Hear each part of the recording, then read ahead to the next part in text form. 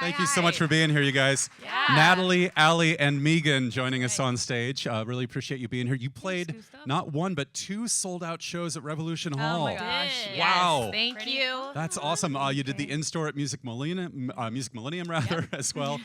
When you guys, I mean, that's like several different venues, including this one, of course, here this afternoon. We're so lucky to have you. How do you approach these different areas, if you will? Like you've got different crowds, different setups, different instrumentation. Yeah.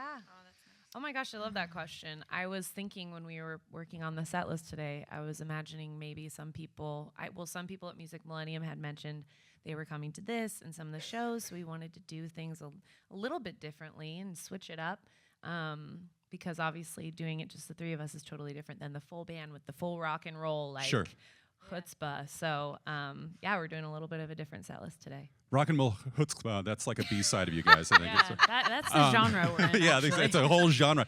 Speaking of music from you, the latest album is called The Sun. Came out just a matter of weeks ago. Congratulations on that. Thank you. The album itself, this is interesting to me because it's been called your most cathartic and also most sort of intimate release so far. That's cool. That's Alternative Press that said that about you guys, I which is love cool. That's some Alternative great press. Wow. So what is it? I mean, when you hear things like that, I mean, obviously, it's 2023, so you hear the word cathartic a lot nowadays. Yeah.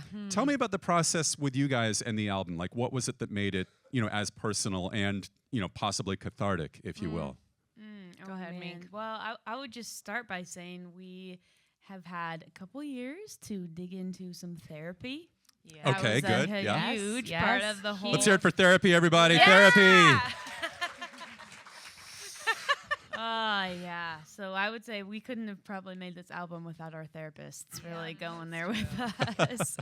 I also would say another big part of this process of making this album really was we had to face ourselves a lot in the album making and really push for what we wanted and what we wanted. I'll just say that. Sure. And meaning like there was a lot of different versions of like songs that went on the album, and then like we made the album and then we remade the album, and then like we took photos for it, we retook the photos, like everything was like, okay, does this really feel like the truest version of us and the thing that we can stand behind and align with? And we had to make a lot of really awkward, painful, decisions, and I do think that is also in the spirit of the album somehow. I was like, whoa, making the album was also the whole spirit of what we're singing about. And I understand you guys worked with a lot of different people on this album as well. I mean, multiple songwriters, additional musicians. Yeah. How did this all come about? Did you sort of put out a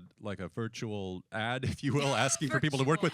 Or did you have like, you never know. I mean, there are bands that have started on Craigslist, you know what I mean? Basically, our managers are the virtual ad, it's always just like through relationships and different ideas that we have in mind and different conversations. And so, we had a lot of people involved, and I like now seeing it as this sort of patchwork quilt of everybody's different things, because usually we'll kind of stick with one person, but what Megan was saying, just like the process of needing to take it through so many different filters and colanders of the thing, it's like you can see the little bits of each person that remain, and I feel like it's better for that. We've talked about things like catharsis and therapy and stuff like that with the album, but I think that also, correct me if I'm wrong, but that could come out in the music as well, like a song like Nervous System, for example. Yeah, for sure.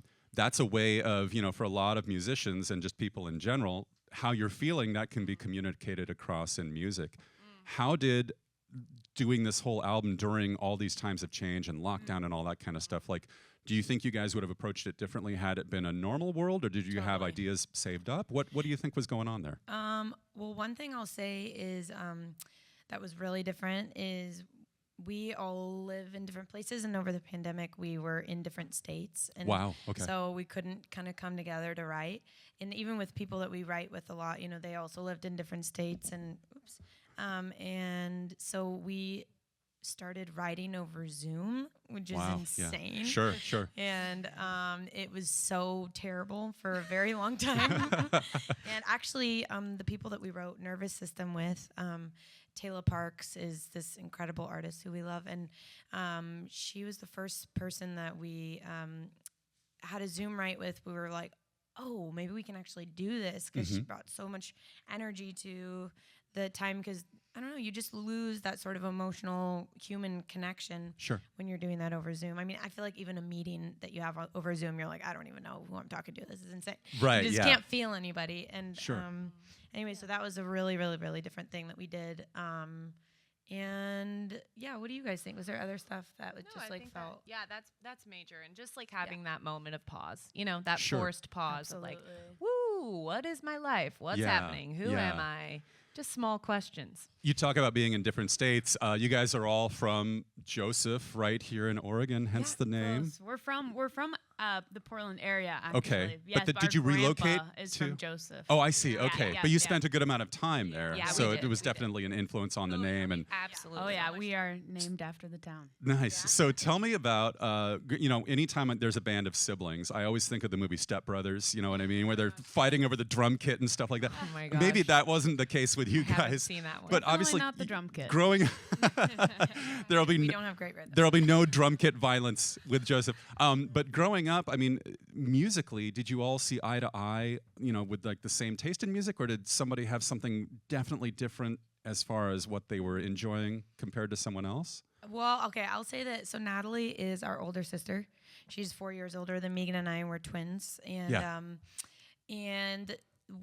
Megan and I listened to a ton of country music growing up, and then Natalie went off to college and brought back like Death Cab for Cutie and Copeland and like all these amazing. The older sibling bringing back the music, absolutely, So I think that like majorly influenced Megan and I don't. Yeah, Natalie has other influences. Well, ultimately, I think we have pretty similar music tastes. We do. We And really so do. It hasn't been that hard to be like, to make stuff we all like. Yeah. You guys are lucky. There are a lot of bands that don't share that same sentiment. So that's great. That works out for you. Well, once again, thank you so much for coming and playing Thank you, here at the Gustav. PNC Live Studio at KINK. The latest album is The Sun from Joseph, and we'll hear some more songs from them right now. Let's hear it for him. Joseph, everybody. Thank you so much.